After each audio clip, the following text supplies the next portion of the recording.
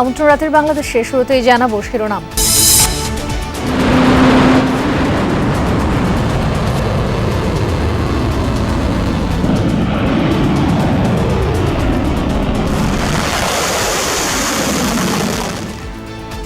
ইসরায়েলে গুরুত্বপূর্ণ স্থাপনা লক্ষ্য করে ভারী ক্ষেপণাস্ত্র ছুঁড়েছে ইরান, ব্যাপক ক্ষয়ক্ষতির দাবি। পূর্ণ শক্তিতে তেহরানে হামলা চালানো হচ্ছে, দাবি মার্কিন প্রেসিডেন্টের।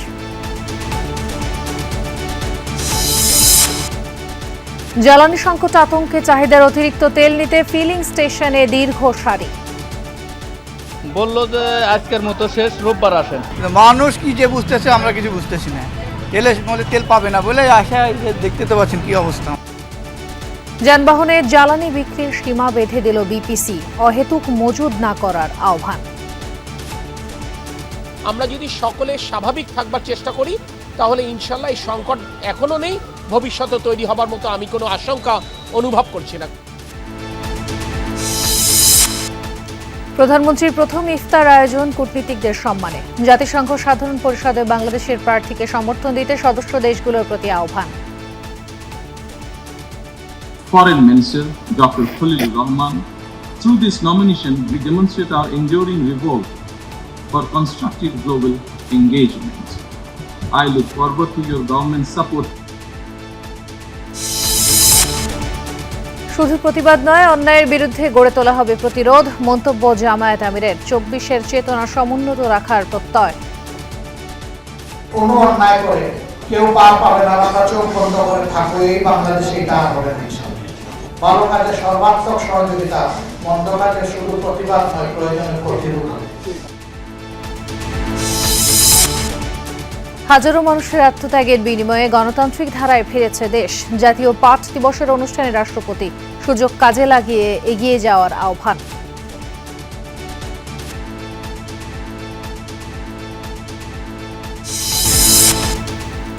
ছুটির দিনে প্রাণবন্ত অমর একুশে বইমেলায় শিশু প্রহর আর পাপেট শোতে মুগ্ধ কোমলমতিরা, বড়দের হাত ধরে মেলা জুড়ে খুদে পাঠকদের রাজত্ব।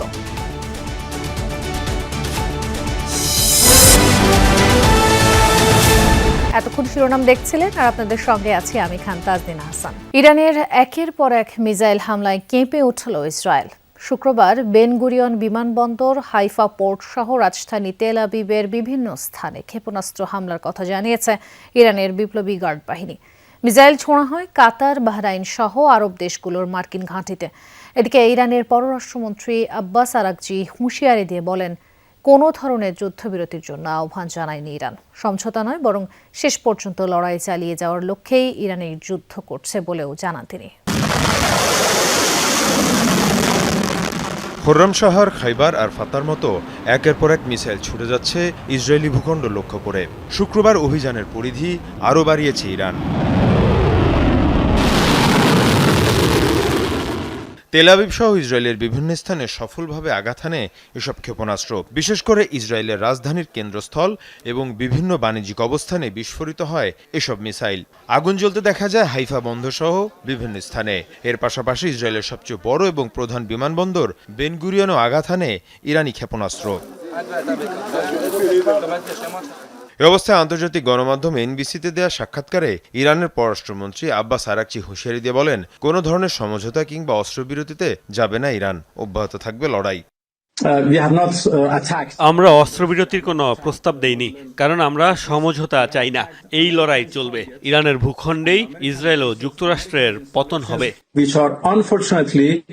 এদিকে অব্যাহত আছে আরব দেশগুলো অবস্থিত মার্কিন ঘাঁটিতে ইরানের ড্রোন ও ক্ষেপণাস্ত্র হামলা। রাতে কুয়েতের আল সালিম মার্কিন ঘাঁটিতে ব্যাপক হামলা চালানো হয়। এর পাশাপাশি জর্ডানের ইরবিদ শহরেও চলে আইআরজিসির অভিযান। এ অবস্থায় মুসলিম দেশগুলোর ওপর কোনো ধরনের হামলা হয়নি বলেও দাবি তেহরানের। আমরা কোনো আরব দেশে কিংবা মুসলিম রাষ্ট্রে হামলা করিনি। আমরা অভিযান চালিয়েছি এসব দেশে থাকা মার্কিন সামরিক ঘাঁটিতে। এর পাশাপাশি বাহরাইন ও সংযুক্ত আরব আমিরাতে হামলা চালিয়েছে আইআরজিসি। শুধু কাতারেই ছোড়া হয় 14টি ব্যালিস্টিক মিসাইল ও 4টি ড্রোন। আরব আমিরাতের বিভিন্ন স্থান টার্গেট করে 150 ড্রোন ও মিসাইল ছোড়া হয়। মীর মুশফিকা হাসান, যমুনা নিউজ। ইরানের শীর্ষ নেতাদের অবস্থান করা সামরিক বাংকারে ভয়াবহ হামলা চালিয়েছে ইসরায়েল যুক্তরাষ্ট্র। তেহরান সংশ্লিষ্ট এলাকায় অবস্থিত এই বাংকার ধ্বংসে অর্ধশত যুদ্ধবিমান অংশ নেয়। ক্ষেপণাস্ত্র ও বিমান হামলার শিকার হচ্ছে দেশটির আবাসিক বিভিন্ন এলাকা। স্বেচ্ছাসেবী সংগঠন রেড ক্রিসেন্ট বলছে, অভিযান শুরুর পর থেকে এখন পর্যন্ত টার্গেট করা হয়েছে ইরানের ৩,৬০০-র বেশি বেসামরিক স্থাপনা, আর নিহতের সংখ্যা বেড়ে দাঁড়িয়েছে ১৩৩২ জনে। পূর্ণ শক্তিতে ইরানে হামলা চালানো হচ্ছে বলে জানিয়েছেন মার্কিন প্রেসিডেন্ট ডোনাল্ড ট্রাম্প। পাশাপাশি ইরানের অন্তত ৩০টি জাহাজ ধ্বংসের দাবি করেছে ওয়াশিংটন। একের পর এক বিস্ফোরণে প্রকম্পিত তেহরান। শুক্রবার ইরানের রাজধানী সংশ্লিষ্ট সামরিক বাংকারে চালানো হয় হামলা। সর্বোচ্চ নেতা খামেনি নিহত হওয়ার পর ইরানের সিনিয়র নেতারা অবস্থান করছিলেন সেখানে। অন্তত ৫০টি যুদ্ধবিমান নিয়ে হামলা চালায় ইসরায়েল যুক্তরাষ্ট্র। এর আগে হামলা হয় তেহরানের আজাদি স্টেডিয়ামেও। কেবল রাজধানী নয়, পুড়ছে ইরানের একাধিক শহর। হামলা থেকে রেহাই পাচ্ছে না বেসামরিক স্থাপনা ও সাধারণ মানুষ। ইরানের রেড ক্রিসেন্ট সোসাইটি জানিয়েছে ৭ দিনে ক্ষতিগ্রস্ত হয়েছে ৩৬০০-র বেশি নাগরিক স্থাপনা, যার মধ্যে রয়েছে ৩,০০০-এর বেশি বাড়ি। এছাড়াও আক্রমণের শিকার বাণিজ্য ও সেবা কেন্দ্র, হাসপাতাল ও স্কুল। সম্পূর্ণ সক্ষমতা নিয়ে ইরানে যৌথ বাহিনী হামলা চালিয়ে যাচ্ছে বলে জানিয়েছেন মার্কিন প্রেসিডেন্ট ডোনাল্ড ট্রাম্প। তার দাবি, ক্ষেপণাস্ত্র ছুড়লে ধ্বংস করে দেয়া হচ্ছে তেহরানের মিসাইল লঞ্চারগুলো। আমরা প্রতি ঘন্টায় ইরানের ক্ষেপণাস্ত্র ও ড্রোন ধ্বংস করছি। তারা ক্ষেপণাস্ত্র ছোড়ার ৪ মিনিটের মধ্যে লঞ্চার ধ্বংস করে ফেলা হচ্ছে। তারা বুঝতেই পারছে না কি হচ্ছে। আমাদের সামর্থ্য অনেক বেশি, যা ক্রমেই আরও বাড়ছে। আমাদের অংশীদার ইসরায়েলেরও একই অবস্থা। অভিযানের সময়সীমা পুরোপুরি আমাদের নিয়ন্ত্রণে। যত সময় লাগুক, লক্ষ্য পূরণে আমরা আরও সেনা ও অস্ত্র পাঠাবো। অভিযান শুরুর পর থেকে এখন পর্যন্ত ইরানের অন্তত ৩০টি জাহাজ ধ্বংসের দাবি মার্কিন বাহিনীর। ইরানি নৌবাহিনীর ওপর আমাদের হামলা বাড়ানো হয়েছে। প্রেসিডেন্ট আগে বলেছিলেন আমরা ২৪টি জাহাজ ধ্বংস করেছি, এখন সেই সংখ্যা ৩০ ছাড়িয়েছে। আমরা শুধু তাদের যুদ্ধাস্ত্র ধ্বংস করছি না, ক্ষেপণাস্ত্র বানানোর সক্ষমতাও শেষ করার চেষ্টা করছি। ইরানের বিমান বাহিনীর সক্ষমতা পুরোপুরি ধ্বংসের দাবি করেছে ওয়াশিংটন। মার্কিন প্রেসিডেন্টের দাবি, ইরানে এখন আর কোনো বিমান বাহিনী বা আকাশ প্রতিরক্ষা নেই। Rezwana Saima, Jamuna news. Israel Lebanon সীমান্তে সামরিক অভিযান চালানোর সময় গুরুতর আহত হয়েছেন ইসরায়েলের অর্থমন্ত্রী বেজালেল স্মোট্রিচের ছেলে। শুক্রবার এক বিবৃতিতে এ তথ্য নিশ্চিত করে তেল আবিব। জানানো হয়, ইসরায়েলি সেনাবাহিনী IDF এর অবস্থান লক্ষ্য করে ভারী ক্ষেপণাস্ত্র নিক্ষেপ করে হিজবুল্লাহ। যে হামলায় গুরুতর আহত হয় সামরিক বাহিনীর সদস্য ও অর্থমন্ত্রীর ছেলে মাল্ট। হামলার পর চিকিৎসার জন্য তাকে নেওয়া হয় হাসপাতালে। বর্তমানে তিনি আশঙ্কামুক্ত রয়েছেন বলে জানান চিকিৎসকরা। মধ্যপ্রাচ্যে চলমান যুদ্ধের কারণে বিশ্ববাজারে জ্বালানি সংকটের প্রভাব পড়েছে বাংলাদেশেও। দাম বেড়ে যাবে এমন আশঙ্কায় গতকাল থেকে রাজধানী সহ সারা দেশের পেট্রোল পাম্পগুলোতে যানবাহনের প্রচণ্ড ভিড়। ঘণ্টার পর ঘণ্টা লাইনে দাঁড়িয়েও অতিরিক্ত তেল না পেয়ে ক্ষুব্ধ অনেকে। সংশ্লিষ্টরা বলেন, আতঙ্ক থেকে মানুষ বেশি বেশি তেল সংগ্রহ করছেন, যার ফলে চাপ পড়েছে পাম্পগুলোয়। ট্রাস্ট ফিলিং স্টেশন, যেখানে জ্বালানি নিতে গাড়ির চাপ। দাম বেড়ে যাওয়ার আশঙ্কায় সকাল থেকেই পেট্রোল পাম্পগুলোতে দেখা গেছে ব্যক্তিগত গাড়ি ও মোটরসাইকেলের লম্বা সারি।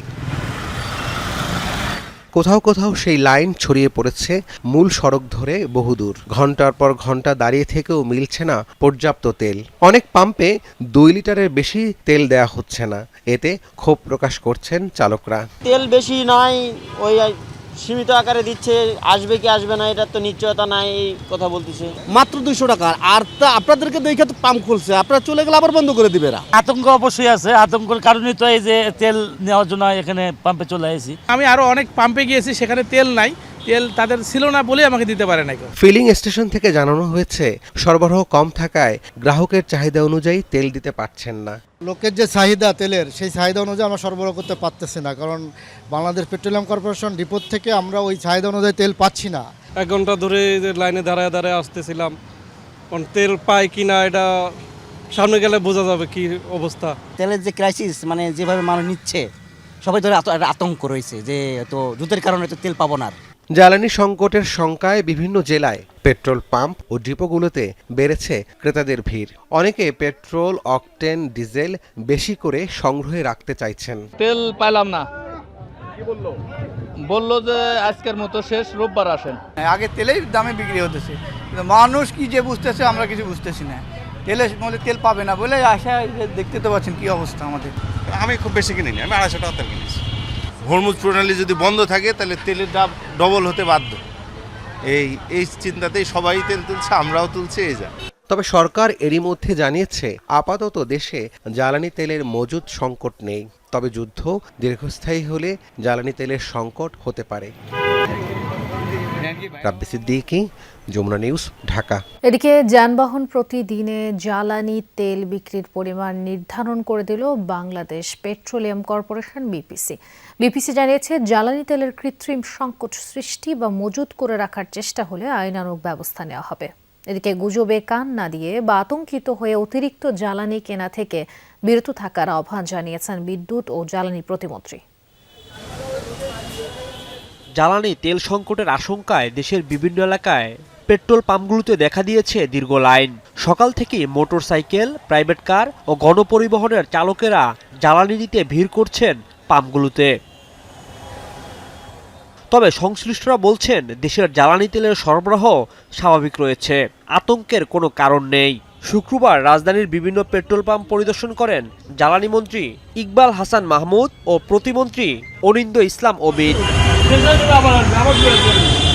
মানুষকে আতঙ্কিত না হওয়ার আহ্বান জানিয়ে প্রতিমন্ত্রী বলেছেন দেশে পর্যাপ্ত জ্বালানি তেলের মজুদ রয়েছে এবং সরবরাহ স্বাভাবিক রাখতে সরকার প্রয়োজনীয় পদক্ষেপ নিচ্ছে। আন্তর্জাতিক বাজারে যখন অস্বাভাবিক মূল্য বৃদ্ধি পেয়েছে, স্বাভাবিকভাবে এটি অর্থনীতির উপর একটি চাপ তৈরি করছে, সমন্বয়ের প্রয়োজনীয়তা দেখা দিতে পারে।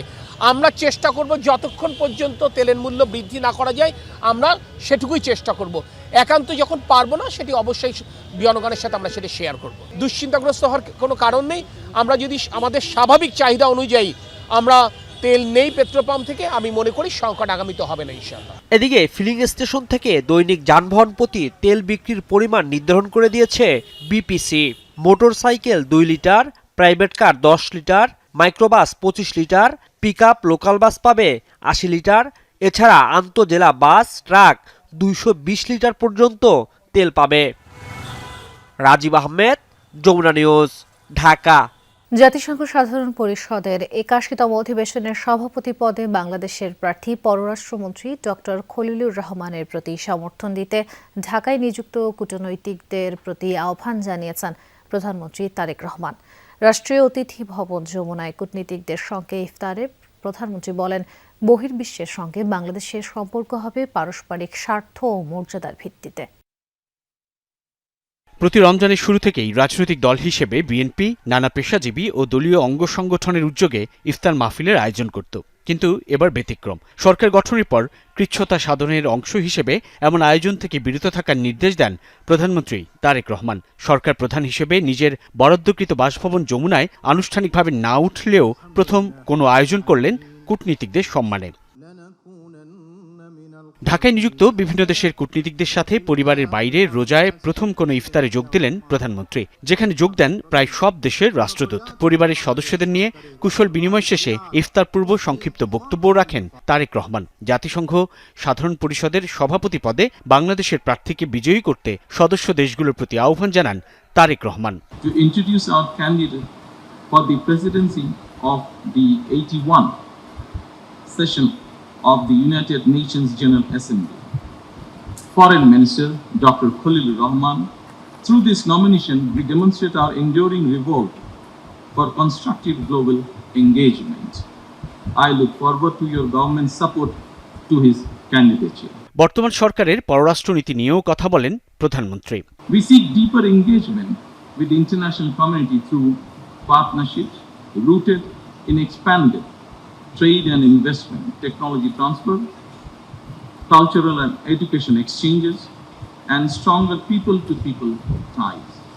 We believe prosperity today is built through cooperation and connectivity, not isolation.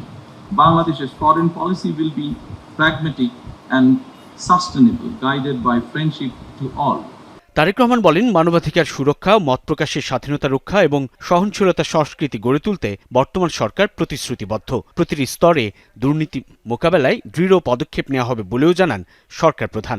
Our commitment is firm to strengthen democratic institutions, uphold the rule of law, protect freedoms, and ensure accountability.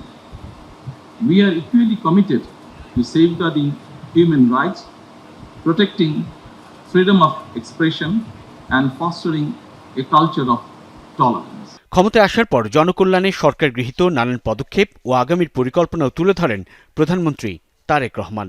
Commitment to peace, democratic values, and inclusive growth. Saifuddin Robin, Jamuna news, Dhaka. জুলাইয়ের চেতনা সমুন্নত রাখতে 11 দলীয় ঐক্য যে কোনো ত্যাগ স্বীকারে প্রস্তুত বলে মন্তব্য করেছেন জামায়াত ইসলামীর আমির ডাক্তার শফিকুর রহমান। সাবেক দুই উপদেষ্টার কর্মকাণ্ড প্রসঙ্গে তিনি বলেন, অপরাধ করে কারো নিস্তার নেই। এর আগে দলটির সেক্রেটারি জেনারেল মিয়া গোলাম পারওয়ার ইলেকশন ইঞ্জিনিয়ারিং এর অভিযোগ এনে বিদায়ী অন্তর্বর্তী সরকারের উপদেষ্টা রিজওয়ানা হাসান ও পররাষ্ট্রমন্ত্রী খলিলুর রহমানকে গ্রেফতারের দাবি জানান।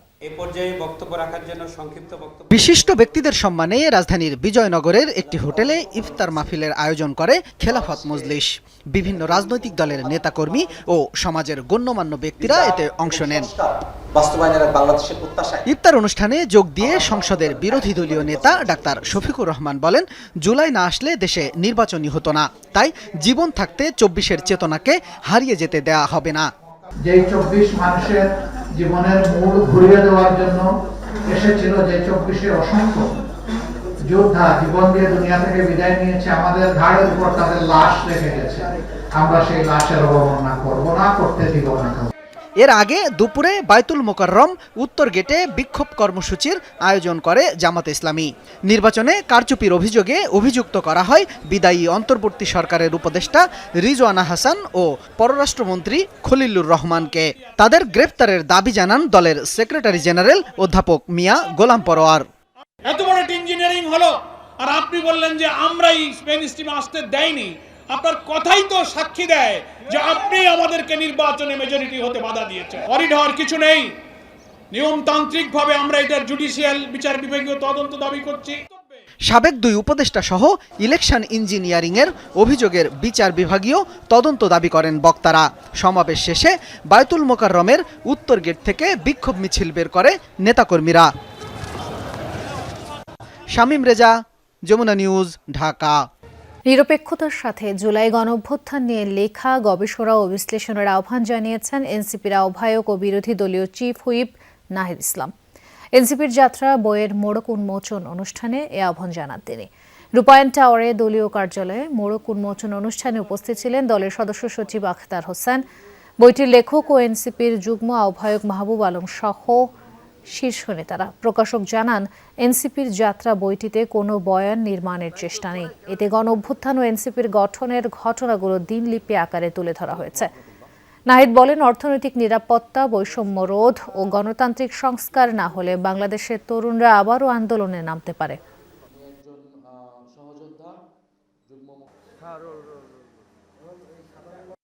গত 1 বছরে বা ইন্টারিম গভর্নমেন্টের পুরো 1.5 বছরে এটা শুধু ইন্টারিম গভর্নমেন্ট বা এনসিপির অভিজ্ঞতা না, এটা কিন্তু পুরো বাংলাদেশের ইতিহাসে একটা গুরুত্বপূর্ণ অধ্যায় হিসেবে থাকবে।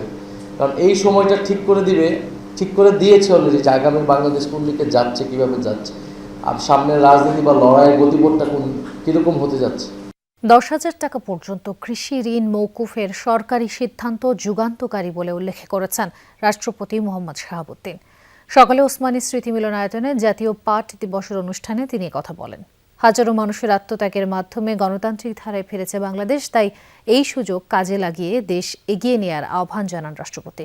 পহেলা বৈশাখ থেকে কৃষি কার্ড বিতরণের ঘোষণা ও 9 দিনের পাট পণ্যের মেলা উদ্বোধন করেন রাষ্ট্রপতি। জাতীয় পাট দিবসে এবারের প্রতিপাদ্য পাট শিল্প গড়ে তুলুন, কর্মসংস্থান সৃষ্টি করুন। অনুষ্ঠানে প্রধান অতিথি রাষ্ট্রপতি মোহাম্মদ শাহাবুদ্দিন। পাট শিল্পে অবদানের জন্য এবার 12 ক্যাটাগরিতে পুরস্কার দেয়া হয়েছে। ব্যক্তির পাশাপাশি এই সম্মাননা পেয়েছে 7 প্রতিষ্ঠানও। অনুষ্ঠানে রাষ্ট্রপতি বলেন, হাজারো মানুষের প্রাণের বিনিময়ে দেশ গণতান্ত্রিক ধারায় ফিরেছে। সামনের দিনে জ্ঞান, বিজ্ঞান আর প্রযুক্তিতে সমৃদ্ধ হওয়ার তাগিদ দেন রাষ্ট্রপতি। হাজারো মানুষের প্রাণের বিনিময়ে গণতন্ত্রের ধারায় ফিরেছে বাংলাদেশ। সকল শহীদের আকাঙ্ক্ষায় বাংলাদেশ প্রতিষ্ঠিত করতে হলে আমাদেরকে জ্ঞানে, বিজ্ঞান, প্রযুক্তিতে আরো সমৃদ্ধ হতে হবে। অর্থনৈতিক স্বাবলম্বিতা অর্জন করতে হবে। গড়ে তুলতে হবে একটি স্বনির্ভর বাংলাদেশ। কৃষকের জন্য সরকারের উদ্যোগকে যুগান্তকারী উল্লেখ করে রাষ্ট্রপতি বলেন, ঋণ মওকুফের সিদ্ধান্তে 11 লাখের বেশি কৃষক উপকৃত হবেন। নতুন সরকার দায়িত্ব গ্রহণের 10 দিনের মাথায় কৃষকদের 10,000 টাকা পর্যন্ত কৃষি ঋণ সুদ সহ মওকুফ করার যুগান্তকারী সিদ্ধান্ত গ্রহণ করেছে। সরকারের এই সিদ্ধান্তে 11 লাখের বেশি কৃষক সরাসরি লাভবান হয়েছে। বর্তমান কৃষি এবং কৃষক বান্ধব সরকার আগামী 1 বৈশাখ অর্থাৎ 14 এপ্রিল থেকে পর্যায়ক্রমে কৃষক কার্ড বিতরণ শুরু করবে। তরুণ প্রজন্ম স্টার্টআপ ও উদ্ভাবনী শক্তি দিয়ে মেড ইন বাংলাদেশ ব্র্যান্ডিং ও বৈশ্বিক ই-কমার্সে গুরুত্বপূর্ণ ভূমিকা রাখবে বলে আশা রাষ্ট্রপতি শাহাবুদ্দিনের। দেশবাসীকে বিনীত অনুরোধ করব, পরিবেশের জন্য মারাত্মক ক্ষতিকর পলিথিন ব্যাগ পরিহার করুন। সাশ্রয়ী মূল্যের পাটের ব্যাগ ও পরিবেশ বান্ধব পণ্য ব্যবহার করুন। মনে রাখবেন, আপনারা আপনাদের ভোটে নির্বাচিত সরকার সর্বদা আপনাদের পাশেই আছে। পরে শিল্পকলা একাডেমি চত্বরে 9 দিনের পাট ও বহুমুখী পাটপণ্য মেলার উদ্বোধন ঘোষণা করেন রাষ্ট্রপতি। বাংলাদেশ জিন্দাবাদ। লামিয়া তিথি, যমুনা নিউজ, ঢাকা। ইরানের সর্বোচ্চ ধর্মীয় নেতা আয়াতুল্লাহ খামেনিকে হত্যার প্রতিবাদে সাতক্ষীরায় বিক্ষোভ মিছিল ও সমাবেশ করেছে শিয়া সম্প্রদায়ের সদস্যরা। দুপুরে জুমার নামাজ শেষে শ্যামনগর উপজেলায় বিক্ষোভ মিছিল শুরু হয়। বিভিন্ন সড়ক ঘুরে স্থানীয় শিয়া মোড়ে গিয়ে মিছিলটি শেষ হয়। এরপর সেখানে সংক্ষিপ্ত সমাবেশে বক্তারা বলেন, খামেনি হত্যার প্রতিবাদে বিশ্বের সকল মুসলমানদের ঐক্যবদ্ধভাবে হত্যাকারীদের বিরুদ্ধে রুখে দাঁড়ানো উচিত। এ সময় আমেরিকা ও ইসরায়েলের বিরুদ্ধে স্লোগান দেন বিক্ষোভকারীরা।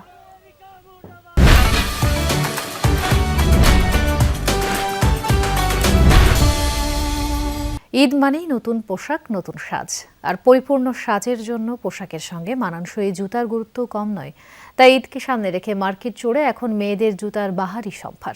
নতুন পোশাকের সঙ্গে মিলিয়ে জুতা কিনতে ব্যস্ত সব বয়সী নারীরা। ঈদের আনন্দে নিজেকে সাজাতে মেয়েরা যেমন পোশাকের দিকে নজর দিচ্ছেন, তেমনি গুরুত্ব দিচ্ছেন জুতাকেও। কারণ একটি সুন্দর ও আরামদায়ক জুতা পারে পুরো লুকটাই বদলে দিতে। তাই প্রিয়জনদের সাথে উৎসবের দিনটি আরও আনন্দময় করে তুলতে পছন্দের জুতার দিকে নজর ক্রেতাদের। রাজধানীর শপিং মলগুলোতে দেখা মিলছে নতুন ডিজাইনের sandal, block heel, kitten heel আর স্টোন ও পার্লের সাজানো পার্টি শু। তরুণীরা খুঁজছেন এমন জুতা যা একদিকে ফ্যাশনেবল, অন্যদিকে আরামদায়কও। ঈদ উপলক্ষে আমি ফ্ল্যাট টাইপের জুতাগুলোই প্রেফার করছি। এটা আমি সবসময় রাফ ইউজও করবো, ঈদের জন্য আমি এটাই নিচ্ছি আর কি, ফ্ল্যাটে। জুতা তো হচ্ছে এক এক ড্রেস আপের উপরে ডিপেন্ড করে কে কোনটা পরবে, যে ড্রেসের সাথে যেটা ম্যাচ হয়। স্লিপারই কমফোর্টেবল, আসলে যে কোনো ঘরে পরতে পারি, বাহিরেও পরা যায়। এবারের ট্রেন্ডে রয়েছে পেস্টেল রং, নিউড শেড, সিলভার ও গোল্ডেন টোন। পোশাকের সঙ্গে মিলিয়ে কিংবা কন্ট্রাস্ট করে জুতা কেনার প্রবণতাও বেড়েছে। বিশেষ করে সালোয়ার কামিজ ও শাড়ির সঙ্গে মানানসই হালকা হিলের জুতার চাহিদা বেশি। ঈদে দেখা যায় একটু গর্জিয়াস জামা কাপড় পরি, ওইগুলোর সাথে একটু হিল বা পার্টি শুজে আসলে যায়। হিলস ভালো লাগে, হিলসের মধ্যে ব্ল্যাক আর নুডের মধ্যে প্রিফার করি, বিকজ সব ড্রেসের সাথে যায়। কালারের ভিতরে একটু হালকা কালারগুলাই ভালো লাগে, ব্ল্যাক তো কমন, হালকা কালার স্যান্ডেলগুলো বা শুগুলাই ভালো লাগছে। বিক্রেতারা বলছেন, ডিজাইনের পাশাপাশি এখন গুণগত মান ও আরাম নিয়েও সচেতন ক্রেতারা। তাই নতুন কালেকশনে রাখা হয়েছে হালকা, টেকসই ও আরামদায়ক বিভিন্ন ধরনের জুতা। ঈদকে কেন্দ্র করে আমাদের এক্সক্লুসিভ কিছু ডিজাইন করা হয়েছে, যেগুলো হচ্ছে আপনার বক্স হিল, পেন্সিল হিল এবং ওয়েজেস হিল। সবগুলো হিলই কমফোর্টেবল। ঈদ উপলক্ষে হিউজ কালেকশনস হচ্ছে হিলসে অ্যান্ড হচ্ছে ব্যাগসে আসছে। ম্যাক্সিমাম কাস্টমাররা হচ্ছে ট্রান্সপারেন্ট যে জুতাগুলা, শু টাইপের যে জুতাগুলা অ্যান্ড ফ্ল্যাটের মধ্যে হচ্ছে তারা ঈদ উপলক্ষে পছন্দ করছে। কেনাকাটা এখনো আরম্ভ হয় না, জুতা সাধারণত শেষের দিকে হয়ে থাকে। বেসিক্যালি আমরা যেটা বুঝতে পারছি কাস্টমার আগ্রহটা একটু ছোট হিলের দিকে। ঈদের সাজে একটি মানানসই জুতা যেমন বাড়িয়ে দেয় আত্মবিশ্বাস, তেমনি পুরো সাজে আনে পরিপূর্ণতা। সৌরভী সায়েদা, যমুনা নিউজ, ঢাকা। অবশেষে প্রাণ ফিরল প্রাণীর বইমেলায়। রোজার মধ্যেও ক্রেতা, দর্শনার্থী আর পাঠকদের ভিড়ে মেলার সেই চিরচেনা চেহারার দেখা মেলে। পাঠকরা জমজমাট মেলায় উচ্ছ্বসিত, যদিও প্রকাশকদের মাঝে আছে মিশ্র প্রতিক্রিয়া। ছুটির দিন হওয়ায় শিশু কিশোরদের পদচারণা ছিল চোখে পড়ার মতো। ইফতারের পর হাজারো মানুষের পদচারণায় মুখর বইমেলা। সব শঙ্কা উড়িয়ে ছুটির দিনে মেলার এই চেহারা লেখক প্রকাশকদের মাঝে আশার আলো দেখাচ্ছে। শুক্রবার মেলা যেন পরিণত হলো বাঙালির বহু পুরানো প্রাণের উৎসবে। আজকে তো অবশ্যই ভালো লাগছে, বেশি মানুষ থাকলে মেলায় বেশি মজা হয়, বন্ধু বান্ধব বেশি মজা। অন্যান্য বছরের শুক্রবারগুলোতে মেলা হয় অনেকটা ঈদের দিনের মতো, এবার ঈদের দিনের মতো না হলেও চাঁদ রাতের মতো হয়েছে। গত বছরে যে মেলাটা ছিল আর এই বছরের যে মেলা টোটালি ডিফারেন্ট। প্রথম শুক্রবার রিলেট করতেও পারিনি, তথ্যটাও জানিনি, বাট এই শুক্রবারে মেলায় খুব পাঠক দেখছি। এই 18 দিনের মাঝের যে শুক্রবারগুলো বা যে বন্ধের দিনগুলো প্রত্যেকদিন যদি এরকম হতো ভালো হতো। তবে শুধু সন্ধ্যাতেই নয়, বিকেলেও মানুষের আনাগোনা ছিল চোখে পড়ার মতো। ছুটির দিনে মেলার শোভা বাড়িয়েছে সাহিত্যপ্রেমী থেকে শুরু করে লেখকরাও। সপ্তাহ পর দেখি অনেক বই এসেছে। বাঙালি বরাবর বই প্রেমী, বই পড়ুক না পড়ুক মেলা একবার করে আসবে। মানুষ ভেবেছে যে না, মেলায় প্রাণ এসেছে, নদীতে যেমন জোয়ার আসে সেরকম প্রাণ এসেছে। অন্যদিন আমি যে এসেছি এর 10 ভাগের 1 ভাগ লোকও পাইনি। বিগত দিনের চেয়ে অনেকটাই প্রাণবন্ত মনে হচ্ছে আমার কাছে। যারা বই প্রেমিক, বইকে ভালোবাসে তারা নিশ্চয়ই আসবে। পাঠক দেখতে পাচ্ছি বই নিচ্ছে, বই দেখছে। যারা লেখক, কবি, তাদের সমাগমটা খুবই যথেষ্ট সন্তোষজনক। বইমেলার সময়টা আসলে সবার পক্ষে ফেভারেবল না, তো এই জন্য আসলে পাঠকদের আনাগোনা কম। অন্যান্য দিনের তুলনায় আজকে একটু ভিড়টা বেশি চোখে পড়তেছে। ফেব্রুয়ারিতে হতে হবে অমর একুশে বইমেলা, যেটাকে আমরা বলি যে কোনো মূল্যে 28 তারিখে হলো, বাকি পরে পেছনে যা দিন যাক। কারণ 21-এর বইমেলা চেতনারই বইমেলা, যতই চাচাই চেতনা না ব্যবসা, সবার আগে চেতনা, কারণ ওই চেতনা না থাকলে এই বইমেলার এই ব্যবসা শুরুই হয় না। ছুটির দিন উপলক্ষে সকালে মেলায় ছিল শিশু প্রহরের আয়োজন। অমর একুশে বইমেলার নবম দিনে খুদে পাঠকদের উপস্থিতি ছিল চোখে পড়ার মতো। সকাল থেকেই অন্যান্য দিনের তুলনায় অনেক বেশি প্রাণবন্ত ছিল মেলা প্রাঙ্গণ। পাপের বলেছে শুধু পাপের দেখলেই হবে না, বই কিনে যেতে হবে, বইও পড়তে হবে। ভালো লাগছিল অনেকে, যে পাপের শো থেকে অনেক কিছু শিখলাম। নতুন জিনিসের প্রতি আকর্ষণ বাড়বে এবং চিন্তার চেতনাটাকে অনেক আবির্ভূত করবে বলে আমি বিশ্বাস করি। এবারের বইমেলায় শিশুতোষ ছড়ার নতুন বই প্রকাশিত হয়েছে মোট 18টি। তানফির মৌসুম, যমুনা নিউজ, ঢাকা। হরমুজের প্রণালী দিয়ে পুনরায় জাহাজ চলাচলের উপায় খতিয়ে দেখছে যুক্তরাষ্ট্র। হোয়াইট হাউস উপদেষ্টার দেওয়া বিবৃতির বরাতে এই তথ্য নিশ্চিত করেছে একাধিক গণমাধ্যম। তবে জানা যায়নি এই পরিকল্পনার কোনো বিস্তারিত তথ্য। ইসরায়েল ও যুক্তরাষ্ট্রের যৌথ হামলার জবাবে হরমুজ প্রণালীর পথে জ্বালানিবাহী জাহাজ ও ট্যাঙ্কার চলাচল পুরোপুরি বন্ধ করে দিয়েছে ইরান, যার জেরে ব্যাপক ক্ষতির মুখে পড়েছে বিশ্ব অর্থনীতি ও জ্বালানি পরিবহন খাত। আন্তর্জাতিক শিশু যৌন নিপীড়ন চক্র পরিচালনার অভিযোগে এক বাংলাদেশি নাগরিককে মালয়েশিয়া থেকে আটক করে যুক্তরাষ্ট্রে নিয়ে গেছে মার্কিন গোয়েন্দা সংস্থা FBI। জানা গেছে অভিযুক্ত ওই ব্যক্তির নাম জোবাইদুল আমিন। শুক্রবার জোরদার এক অভিযানে আটক করা হয় তাকে। সোশ্যাল হ্যান্ডেল এক্সে দেয়া এক পোস্টে এই তথ্য নিশ্চিত করেন FBI পরিচালক কাশ প্যাটেল। এর আগে 2022 সাল থেকে শিশু পর্নোগ্রাফি তৈরির অপরাধে অভিযুক্ত হয় জোবাইদুল। এরপর থেকেই পলাতক ছিল এই বাংলাদেশি। আটকের পর মালয়েশিয়া থেকে যুক্তরাষ্ট্রের আলাস্কায় নিয়ে যাওয়া হয়েছে এই অভিযুক্ত বাংলাদেশিকে। খুব দ্রুতই তার বিরুদ্ধে তদন্ত শুরু করবে মার্কিন প্রশাসন। নেপালে সরকার গঠন করতে যাচ্ছে গণঅভ্যুত্থানে নেতৃত্বদানকারী তরুণদের রাজনৈতিক দল RSP। এর মধ্যে প্রাথমিক ভোট গণনায় 103টি আসনে এগিয়ে আছে দলটি। ধারে কাছেও নেই প্রধান রাজনৈতিক দলগুলো। তবে আলোচিত র্যাপার ও কাঠমান্ডুর মেয়র বলেন্দ্র শাহর কারণেই ভোটারদের বিশেষভাবে আকর্ষণ করেছে এই দল। বরাবরই দুর্নীতি আর অনিয়মের বিরুদ্ধে সরব বলেন্দ্রর দলকেই তাই পছন্দের শীর্ষে রাখছে নেপালের জনগণ।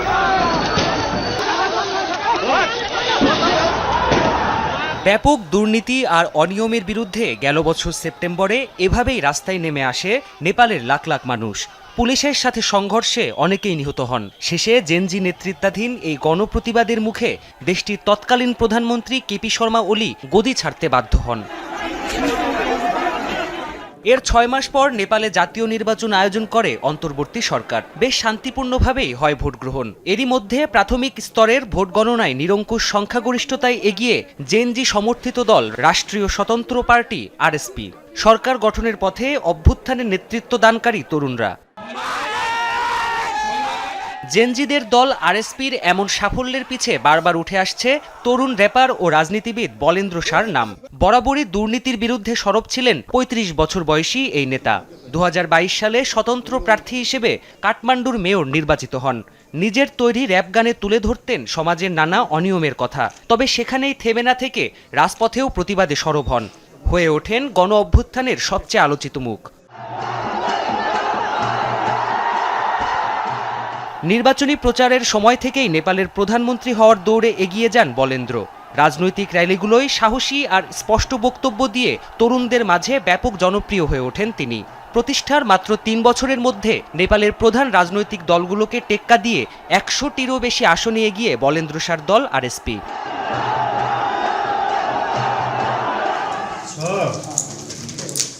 নেপালে মোট ১৬৫টি আসনে এই জাতীয় নির্বাচন অনুষ্ঠিত হয়েছে। অংশ নিয়েছে ছোট বড় ৬৭টি রাজনৈতিক দল। প্রাণপ্রতিম কুণ্ডু, যমুনা নিউজ। এই ছিল রাতের বাংলাদেশে। এতক্ষণ আমাদের সাথে থাকার জন্য ধন্যবাদ।